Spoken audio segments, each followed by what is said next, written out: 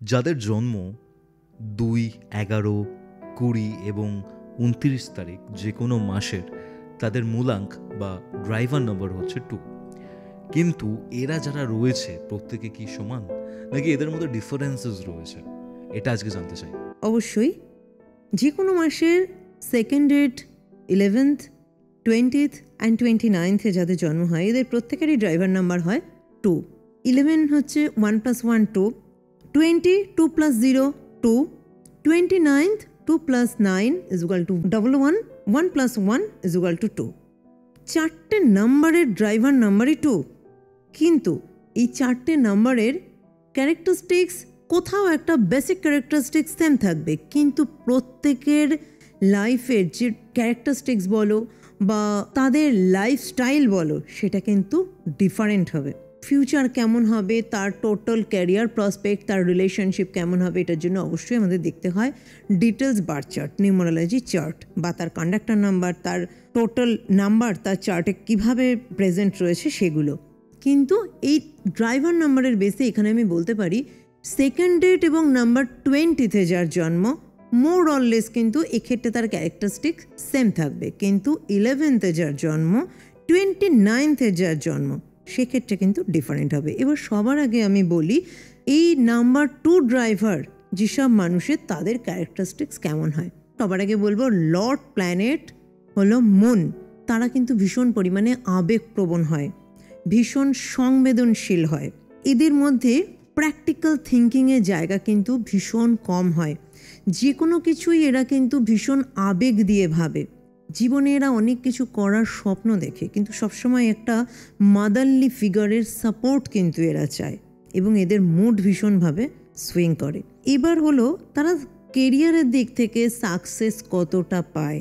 এক্ষেত্রে আমি বলবো কেরিয়ারের সাকসেস তো অবশ্যই ডিপেন্ড করছে চার্টের অন্য নাম্বারের ওপরে, কিন্তু এক্ষেত্রে সবথেকে স্ট্রং যে ড্রাইভার নাম্বার সেটা কিন্তু 11 থেকে আসা নাম্বার 2, কারণ এক্ষেত্রে 1 + 1 1 আমরা কি জানি, লর্ড প্ল্যানেট কিং, নাম্বার 1-এর কিং সান, এবং তার মধ্যে একটা কিংলি অ্যাটিটিউড থাকে। তো দুটো 1 মানে দুটো সান নাম্বার মিলে কিন্তু এখানে একটা মুনকে ক্রিয়েট করছে, মানে নাম্বার 2 আসছে। এরা ভীষণভাবে ইনটিউটিভ পার্সোনালিটি হয়, এরা অকাল্টে কিন্তু খুব ভালো কাজ করতে পারে। নাম্বার 2 ড্রাইভার যারা, তারা অকাল্টিস্ট, খুব ভালো অকাল্টিস্ট হতে পারে, কিন্তু বিশেষ করে বলবো 1 থেকে যাদের 2 হয় তাদের ইনটিউটিভ পাওয়ার কিন্তু খুব স্ট্রং হয়, এদের কমিউনিকেশন স্কিল কিন্তু খুব ভালো থাকে। এরপরে স্পেশালি বলবো 29th আসছে কিন্তু 2 + 9 2 number, moon number, again 9 number হলো মার্স নাম্বার। 2 ইমোশনাল এবং 9 মার্সের মধ্যেও কিন্তু কিছুটা সানলাইক অ্যাটিটিউড থাকে, ভীষণ পরিমাণে অ্যাগ্রেসিভ নেচার কিন্তু মার্সের থাকে। তো ইমোশনাল অ্যান্ড অ্যাগ্রেসিভনেস দুটো মিলিয়ে কিন্তু এখান থেকে যে 2টা অ্যারাইভ করে সেই 2 কিন্তু উইক হয়, এবং লাইফে 2 and 9 সবসময় কিন্তু একটা opposite, not anti but opposite একটা কন্ট্রাডিকশন কিন্তু এদের মধ্যে হতে থাকে। তাই এইসব পার্সন যারা লাইফে 29th যাদের জন্ম, তারা কিন্তু লাইফে যেটাই চায় খুব ইজিলি করতে পারে না, এবং প্রত্যেকটা ক্ষেত্রে তাদের অনেক বাধার সম্মুখীন হতে হয়। ছেলেদের যাদের 29th জন্ম, তাদের ম্যারিড লাইফ থেকে কিন্তু খুব হ্যাপি তারা হয় না। এই চারটে ডেটের ড্রাইভারকে আমি যদি ক্যাটাগরি ওয়াইজ ডিভাইড করি, সেক্ষেত্রে বলবো এ ক্যাটাগরিতে যাচ্ছে 11 থেকে যে 2 আসছে 11th, বি ক্যাটাগরিতে যাচ্ছে 20th ডেট থেকে যে 2 আসছে, সি ক্যাটাগরিতে যাচ্ছে 2nd ডেট থেকে যে 2 আসছে, এবং 4 ক্যাটাগরিতে যাচ্ছে 29 থেকে যে 2 আসছে। এক্ষেত্রে আরও একটা জিনিস বলবো, নাম্বার 11-এ দুটো নাম্বারের সাপোর্ট কিন্তু পাচ্ছে, যার জন্য নাম্বার 1 দুটো 1-এর সাপোর্টে হচ্ছে 2, কিন্তু 20th এবং 2nd-এ কিন্তু একটাই মুন নাম্বার, সেখানে কিন্তু সেই সমস্ত স্ট্রংনেস তার নেচারটাই টোটালি রয়েছে। তো এক্ষেত্রে দেখা যায় এরা অতিরিক্ত পরিমাণে কিন্তু ইমোশনাল হয়। 11th ডেটে যাদের জন্ম হয় তারা ইমোশনাল হয়, বাট তাদের মধ্যে প্র্যাকটিক্যাল থিঙ্কিংও থাকে, লজিক্যাল থিঙ্কিংও তাদের মধ্যে 11th ডেটের ড্রাইভারদের 2-এর মধ্যে থাকে। কিন্তু যারা 20th হয় বা যারা 2nd ডেটে হয় তারা কিন্তু totally moon number depended. Moon নেচারটা এদের মধ্যে কিন্তু স্ট্রংলি থাকে, too much emotional and sensitive হয়। এবং 29 যেটা বললাম, এরা জীবনে প্রত্যেকটা ক্ষেত্রে কিন্তু বাধার সম্মুখীন হতে হতে দেখা যাবে এই মানুষটি যে ড্রিম নিয়েছিল, যে টার্গেট রেখেছিল, কেরিয়ারে বাধা, বিবাহিত জীবনে বাধা, বিবাহিত জীবন এবার ডিপেন্ড করছে আরও অনেক নাম্বারের উপরে, বা ক্যারিয়ারের সাকসেসও ডিপেন্ড করছে আরও অনেক নাম্বারের উপরে। কিন্তু ওভারঅল এই মানুষজন বিবাহের ক্ষেত্রে, বিশেষ করে যারা ছেলেরা, তারা কিন্তু খুব হ্যাপি হয় না, তারা অ্যাডজাস্ট করে লাইফটা স্পেন্ড করে। এবার বলবো মুনের যে নেগেটিভিটি, সেই নেগেটিভিটিকে আমি কি করে রিমুভ করব।